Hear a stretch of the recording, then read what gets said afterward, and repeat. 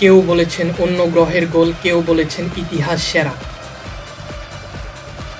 মেসির সেই গোলটির মুহূর্ত মাঠ থেকে দেখতে হয়েছে বলে আক্ষেপ এনরিকের। এটা কোনো সাধারণ গোল নয়, এই গোলের জন্ম অন্য গ্রহে। বিলবাওয়ের বিপক্ষে লিওনেল মেসির গোলটি ঠিক এভাবেই চিহ্নিত করেছেন বার্সেলোনা কোচ লুইস এনরিকে। খেলার ২০ মিনিটে ডান প্রান্তে বল পেয়ে ৪ জন বিলবাও খেলোয়াড়কে ফাঁকি দিয়ে মেসির করা অবিস্মরণীয় এই গোলটি অনেকেই ইতিহাসের অন্যতম সেরা গোলের মর্যাদা দিচ্ছেন। বার্সেলোনা সভাপতি হুমিও মরিও বার্তেমেও তাদের একজন। ম্যাচ শেষে টিভি সাক্ষাৎকারে বার্তেমেও বলেছেন, বিলবাওয়ের বিপক্ষে মেসির যে গোলটি দেখলাম সেটি ফুটবল ইতিহাসের অন্যতম সেরা গোল হিসেবে চিহ্নিত হবে। মেসির কোচ হয়ে নিজেকে ভাগ্যবান মনে করেন এনরিকে।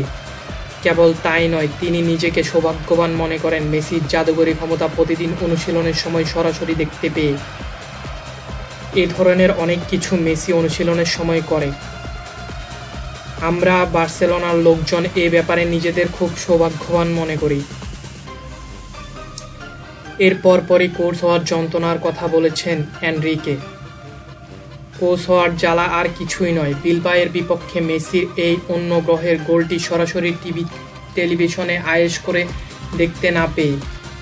মাঠে তো আর রিপ্লে দেখার সুযোগ নেই। সংবাদ সম্মেলনে এনরিকে জানিয়ে দিলেন, তিনি অপেক্ষায় আছেন কতক্ষণ মেসির এই গোলটি ফুটেজ টেলিভিশনে দেখবেন। আমি সত্যিই অপেক্ষায় আছি। আমার তো আর সইছে না। ডাগ আউটে থাকার কারণে গোলের পুরোপুরি সৌন্দর্য উপভোগ করতে পারিনি।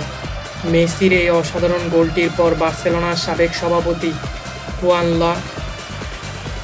লাপার্তা টুইটারে লিখেছেন, মেসি এই গ্রহের সবচেয়ে সেরা ফুটবলার।